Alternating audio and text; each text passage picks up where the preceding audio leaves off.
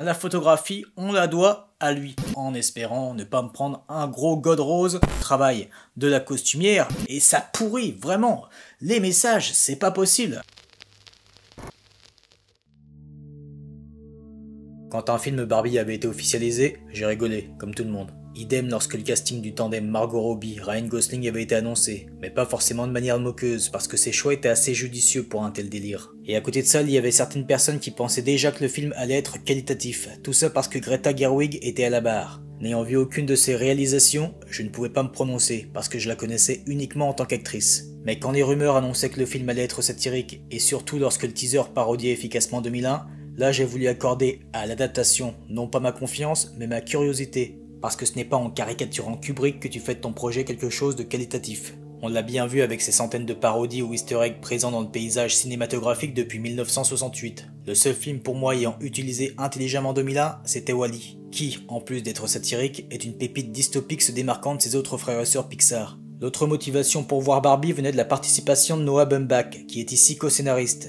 Ce n'est d'ailleurs pas sa première collaboration avec Gerwig, puisqu'il a déjà coécrit avec elle, en plus de l'avoir fait tourner. Et pour être tout à fait franc, ce gars-là je l'apprécie surtout pour son documentaire sur Brian De Palma et pour Marriage Story. Alors oui, il a très bien su diriger Driver et Johansson, qui nous ont offert ici deux de leurs meilleures performances, mais il a également su écrire des psychologies dramatiques et des dialogues aussi satiriques que percutants. Et si je vous casse les couilles avec cette intro, c'est pour que vous compreniez vraiment mon ressenti avant visionnage, c'est-à-dire le cul un peu entre deux chaises, en espérant ne pas me prendre un gros god rose pailleté, c'est-à-dire d'un côté assez ouvert, oui, à ce genre de délire, de propositions, comme en témoigne cette tenue à la con, et d'un autre côté, je me dis, bon, c'est tout de même aussi un film qui s'adresse au tout public, y compris aussi les gamines. On a déjà bien vu des réas talentueux et scénaristes talentueux et talentueuses travailler pour de grosses majors. Au final, on pense qu'il n'y a pas de cahier des charges, qu'ils ont assez de liberté, mais on le sait bien, c'est juste quasiment impossible et très rare quand on bosse pour des grosses majors. Et donc, au final, eh bien, j'ai le cul entre deux chaises, encore une fois. Ce n'est pas vraiment une surprise. Alors, les trois quarts du film, j'ai vraiment adoré, vraiment, j'ai adhéré même. Bien que quand, j'avoue, j'ai été en salle, moi dans mon petit cinéma, j'ai envie de dire cinéma de beauf, mais bon.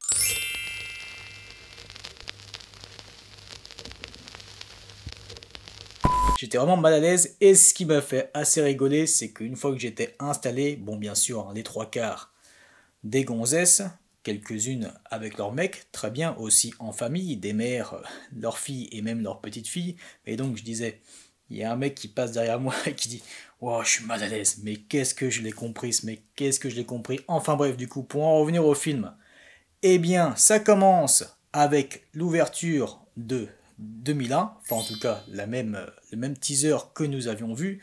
C'était quand même assez efficace, je trouve, même si bon, malheureusement, 70% de la salle n'ont sûrement pas capté la référence. Bon, après, ce n'est pas bien grave, ça fonctionne quand même, je trouve, moi, de revoir ça. J'avoue, même si c'est une parodie quand même, j'ai eu des petits frissons, parce qu'il faut le dire, 2001, c'est non seulement mon film préféré, mais également Rodrigo Prieto, qui est juste le directeur photo d'Inarritu, enfin plutôt sur ses anciens films, mais également directeur photo de Scorsese depuis Le Loup de Wall Street. Si vous avez vu passer la forte et excellente bande-annonce Killers of the Flower Moon, donc le prochain Scorsese qui a l'air vraiment dingue et qui est vraiment le film que j'attends cette année, eh bien la photographie, on la doit à lui. Donc ce mec, puisque j'ai abordé son nom, je vais rester un petit peu sur lui. Donc pour ce prologue, vraiment très très bonne photographie et aussi tout le long de A à Z. Il a fait un boulot impeccable.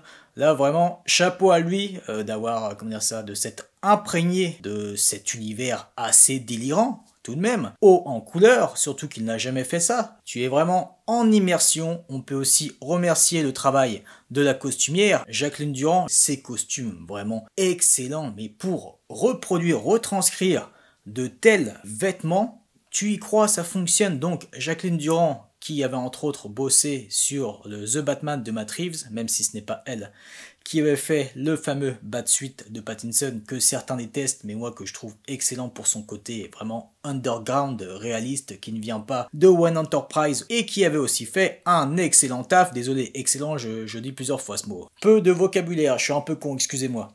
Donc, excellent taf, je le redis, elle l'avait fait sur 1917 de Sam Mendes. Enfin bref, là je vais vous raconter un petit peu le déroulé de l'histoire et de mon ressenti, bien sûr spoiler, mais en même temps, vu ce qu'on a vu dans la bande-annonce, ce n'est pas étonnant. Nous sommes donc dans le monde de Barbie avec bien sûr Margot Robbie en tête qui incarne elle la Barbie stéréotypée. Tous les autres personnages que l'on voit ce sont tous et toutes des Barbie et des Ken, parce que bien sûr Mattel au fil de ces dernières années a développé de plus en plus de Ken et de Barbie de différentes ethnies. À part le rôle de Michael Cera, j'ai jamais été vraiment fan de cet acteur, même si bon, je ressens pas non plus d'animosité ou autre envers lui, juste c'est assez indifférent. Après, je ne suis pas fan de comédie non plus, mais dans son rôle là, Alan, son perso il s'appelle, il n'y a qu'un seul Alan. Très intéressant, malheureusement pas assez développé, mais bon, ça c'est un des soucis du film, on va revenir dessus. Mais ce qui est marrant, c'est que tu as une vanne où en fait tu apprends que Alan, finalement, il y en avait des autres, pas beaucoup, mais qu'ils ont formé dans le vrai monde le groupe NSYNC. Bref, petite vanne assez marrante. Et pour en revenir à la Barbie originale, d'un coup, elle pense à la mort, entre autres choses, avec des pensées, on va dire, négatives, parce qu'en fait, son humaine, donc on imagine une petite fille, justement, a ce genre de pensées négatives, et du coup, eh bien, ça passe à travers elle, et le but, finalement, c'est de retourner, plutôt d'y aller, parce qu'elle n'a jamais été dans le vrai monde, donc le monde des humains, et essayer de retrouver son humaine sans non plus qu'elle la voie, parce que ça pourrait bousiller une espèce de faille spatio-temporelle, donc c'est assez méta bien sûr, comme vous vous en doutez, mais je préfère le raconter au cas où, parce qu'il y a malgré tout quelques petits préjugés sur ce film. Alors je peux comprendre, hein, bien sûr qu'on ne soit pas hypé, mais on se doutait très clairement, vu les différents spots, trailers, etc., que ce n'allait pas être un film premier degré, parce que sinon là, oui, bien sûr, aucun intérêt d'aller voir un tel film. Il y a déjà assez, si je dis pas de bêtises, des téléfilms, je me demande même s'il n'y a pas une série animée Barbie, enfin bref, aucun intérêt, parce que là il fallait rameuter le public, comme ils avaient dit, hein. Ça a été assez malin, même si bon, t'y croyais quand même à moitié. Alors pour en revenir un petit peu à Barbieland, hein, avant d'évoquer ce qui se passe dans le monde réel, on va parler un petit peu de ces différentes Barbies. Alors oui, c'est très bien, encore une fois, tu nous montres différentes ethnies, tu nous montres aussi le temps d'un plan ou deux au total sur le film, une Barbie handicapée, puisque Mattel a vraiment sorti une Barbie handicapée il y a 2-3 ans.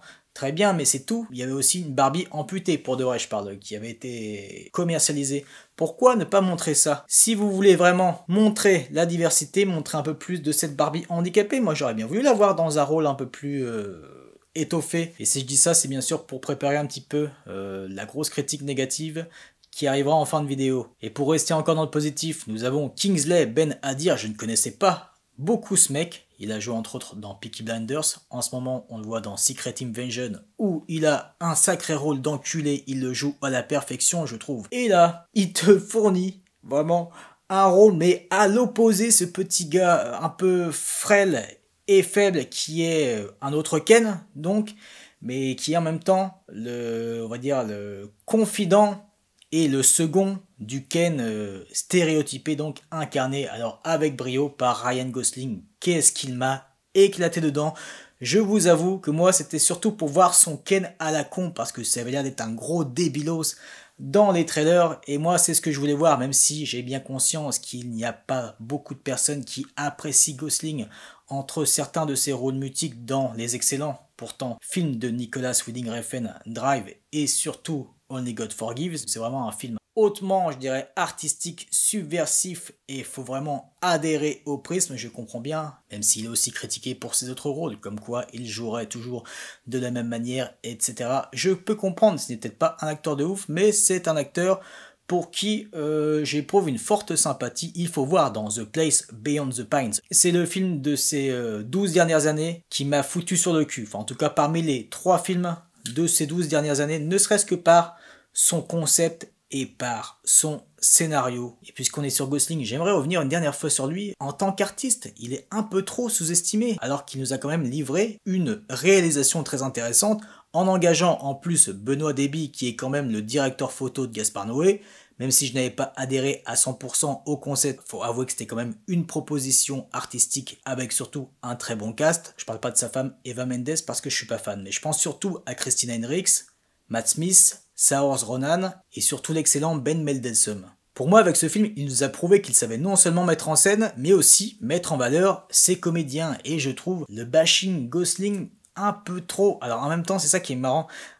Un peu trop injustifié, mais en même temps, je peux comprendre parce que oui, ce n'est pas un acteur de ouf. Je pense aussi, par exemple, t'es obligé de faire un parallèle dans ce film avec Margot Robbie, qui est d'ailleurs un rôle un peu plus étoffé que ce que je pensais, parce que ce film, quand même, lui permet de livrer, je pense vraiment, une de ses meilleures prestations, alors que pourtant, elle nous a fait un ou deux rôles de composition intéressants, je pense à Aitonia par exemple, tu la vois même 3-4 fois pleurer dans ce film, mais alors vraiment une tristesse, un jeu travaillé, c'est pas juste ah je lâche une larme, non non, elle est vraiment à fond dans son rôle. Et pourquoi je parle de ça? Parce que par moment tu as aussi Gosling qui lui a sa propre scène de tristesse, mais tu vois qu'il c'est pas autant à fond, et il n'est pas autant imprégné et même talentueux que Margot Robbie. Par contre, quand on pense à The Place Beyond the Pines, ces scènes de tristesse, il est pourtant tout aussi bon que Margot Robbie dans Barbie. Et donc, pour revenir à lui vraiment, il m'a fait triper aussi bien sa fameuse chanson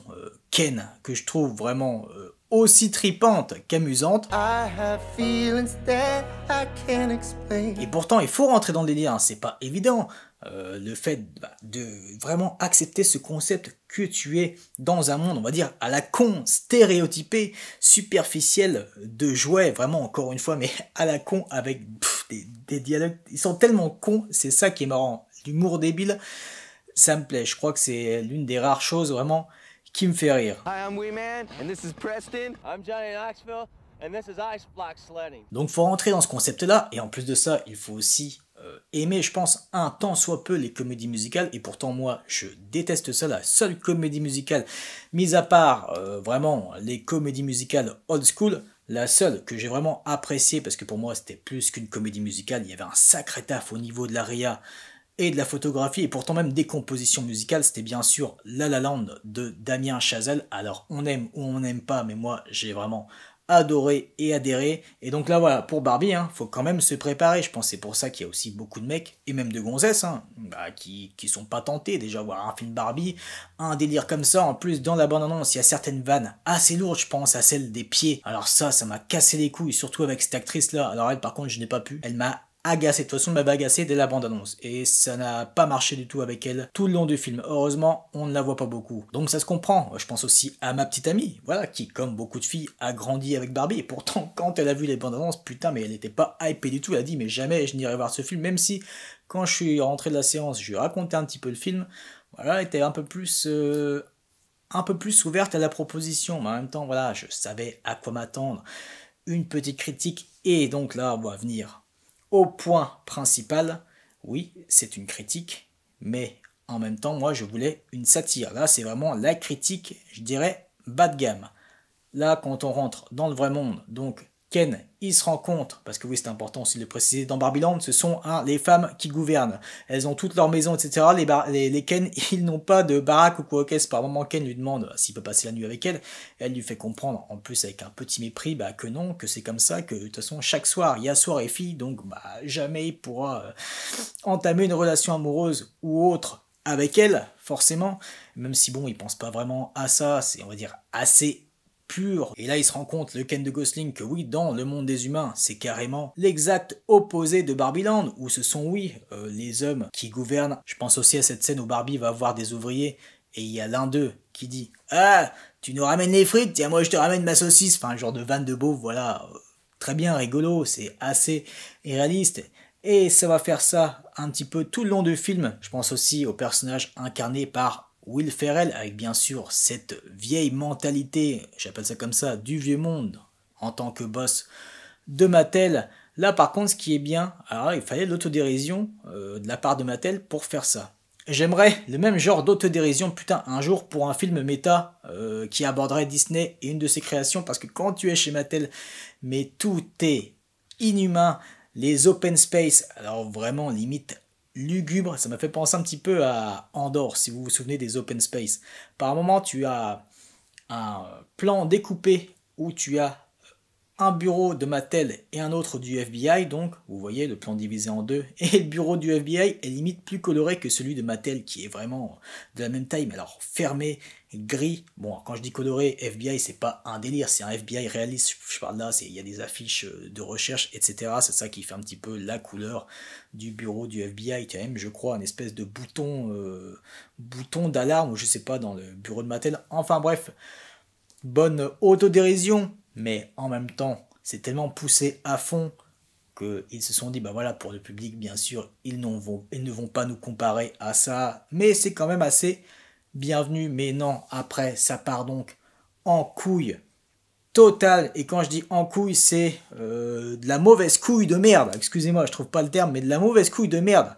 Parce qu'en fait, ça part carrément en critique, donc grand public, c'est comme ça que je l'appelle, moi qui voulais vraiment... J'espérais en tout cas une satire, comme je l'ai dit, ça prononce les mots machisme, féminisme, patriarcat, quoi d'autre, enfin consumérisme, enfin ça, ce genre de truc. Il y avait des phrases, vraiment, tu avais l'impression de lire, vous voyez, certains commentaires extrême sur les réseaux sociaux, parce que c'est très bien de défendre entre autres le féminisme, de critiquer le patriarcat, mais il faut pas le faire comme ça. Là vraiment c'est pointé du doigt, il y en a beaucoup qui ne vont pas adhérer et c'est normal. Ça fait donc penser non à ces personnes-là qui critiquent ces espèces d'hystériques. Moi par exemple je suis féministe, mais je veux dire féministe normal. Féminisme, le vrai féminisme c'est la femme égale à l'homme, pas supérieure. Mais là, il y a certaines phrases qui te font penser, qui te font même passer certains hommes pour des cons, même si ça essaye d'être assez soft par moment. Non, non, là, vous faites un peu trop passer les hommes pour des cons, même si on comprend aussi que dedans, oui, il y a les femmes qui sont victimes des hommes, mais aussi les hommes eux-mêmes sont victimes du patriarcat. Mais c'est tellement mal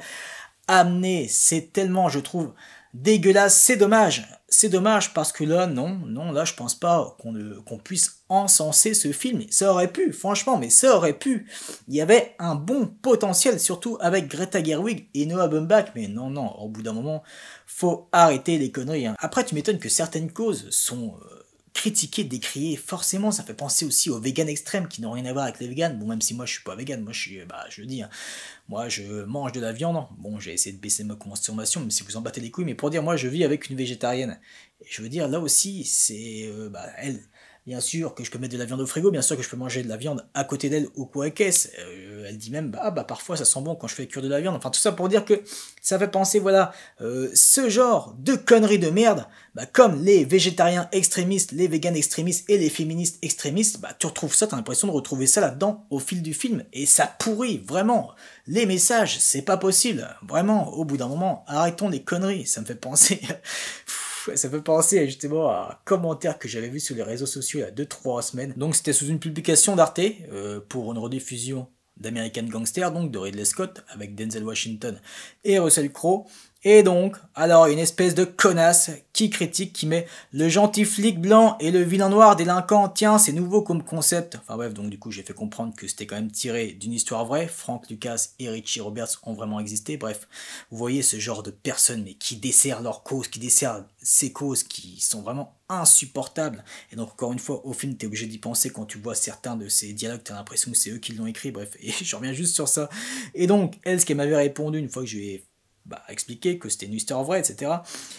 Et tu sais le nombre de films qui n'ont pas été faits sur des personnes qui existent, des femmes, des personnes non blanches, LGBTQIA+, mes couilles, qui ont lutté contre la colonisation, le sexisme, qui ont fait des découvertes de ouf, etc. Enfin bref, vous voyez ce genre de truc. Et là, non, c'est un ressenti d'ailleurs que ma consoeur Mademoiselle Doté a aussi constaté. Les morales du film sont très bonnes, très justes et nécessaires, carrément, mais alors l'exécution...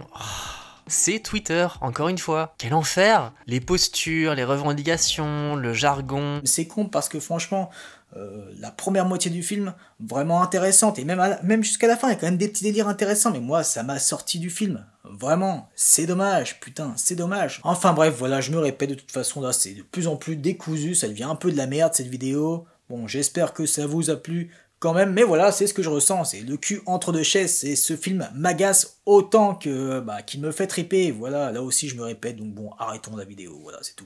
Allez, sur ce, je vous souhaite une bonne journée ou une bonne soirée, et je vous dis à très bientôt pour les archives secrètes de Tortue Ninja, partie numéro 1. Allez, ciao!